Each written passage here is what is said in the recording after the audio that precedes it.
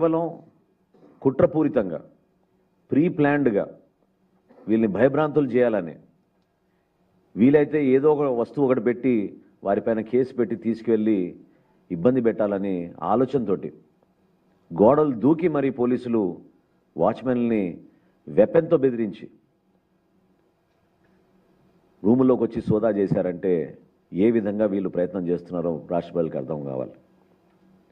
అసలు ఇంత ఆలోచన ఎందుకు వచ్చింది మీకు? అసలు ఖచ్చితంగా రాబోయే రోజుల్లో తెలుగుదేశం పార్టీ జనసేన పార్టీ కలిసికట్టుగా ఒక అద్భుతమైన ప్రభుత్వాన్ని మేము ఏర్పాటు చేయబోతున్నాం.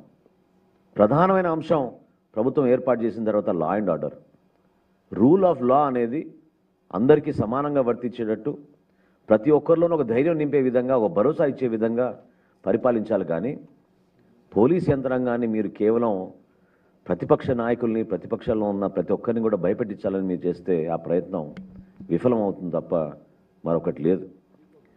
ముక్త కంఠంతో ప్రజాస్వామ్యంలో ఉన్న ప్రతి ఒక్కరు కూడా ఎవరైతే ప్రతిరోజు ప్రేమించుకుంటారో మన రాజ్యాంగాన్ని, మన భారతదేశాన్ని, నిన్న రాత్రి చేసిన ఈ దుర్మార్గమైన ఆలోచన, ఈ పద్ధతిని మనందరం కూడా ఖండించాలి. తెలుగుదేశం పార్టీ నాయకులు అచ్చెన్నాయుడు గారిని, వాళ్ళ పార్టీని నేను మనస్ఫూర్తిగా ధన్యవాదాలు తెలుపుకుంటున్నాను.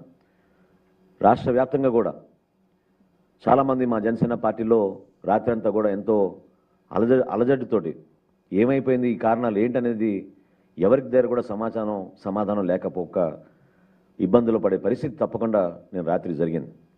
అయినా కానీ ఏ ఒక్కరు కూడా, ఎందుకంటే జనసేన పార్టీ చాలా నిజాయితీగా నిలబడుతుంది కాబట్టి వీళ్ళు చేసిన సోదాలు, భయపెట్టించడానికి చేసిన ప్రయత్నాలు, వీలైతే కేసులు పెట్టాలని బెదిరించడానికి వాళ్ళు చేసిన ప్రయత్నాన్ని మీరందరూ కూడా చూశారు.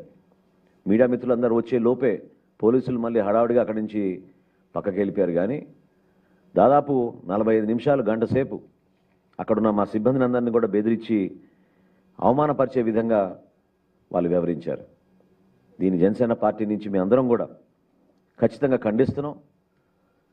మా సిబ్బంది నివసిస్తున్న అపార్ట్మెంట్ కాంప్లెక్స్లోకి వెళ్ళి పోలీసులు ఈ విధంగా దౌర్జన్యంగా గోడలు దూకి మరి ఇబ్బంది పెట్టడానికి, బెదిరించడానికి చేసిన ప్రయత్నాన్ని ప్రజాస్వామ్యంలో ఉన్న ప్రతి ఒక్కరూ కూడా ఖండించాల్సి చెప్పి ఈ సందర్భంగా నేను కూడా కోరుకుంటూ, తప్పకుండా వీటిపైన మేము కూడా చర్యలు తీసుకుంటాం.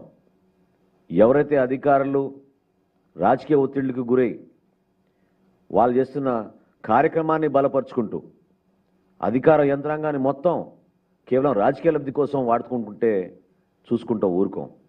తప్పకుండా మేము కూడా న్యాయ పోరాటం చేస్తాం. ఇటువంటి అధికారులపైన రాబోయే రోజుల్లో ఖచ్చితంగా మేము కూడా తీసుకోవాల్సిన చర్యలు తీసుకుంటామని చెప్పి ఈ సందర్భంగా తెలుపుకుంటూ, ఇక్కడికి విచ్చేసిన ప్రతి ఒక్కరికి, అదేవిధంగా మా పార్టీ నాయకులకి, శ్రేణులకి, అందరికీ కూడా మన పార్టీ అధ్యక్షులు పవన్ కళ్యాణ్ గారు నిన్న చంద్రబాబు నాయుడు గారితో సమావేశం అయినప్పుడు తీసుకున్న నిర్ణయం 17వ తారీఖున చిలకలూరుపేటలో ఒక అద్భుతమైన బహిరంగ సభ నిర్వహించాలని, అందులో ప్రతి ఒక్కరు కూడా భాగస్వాములు అవ్వాలని, మీ వంతు మీరు సహకారం అందించమని ఈ రోజున ఉమ్మడి పార్టీల కార్యక్రమంగా ప్రతి ఒక్కరు కూడా ఇందులో పాల్గొనాలని మనస్ఫూర్తిగా కోరుకుంటున్నాం.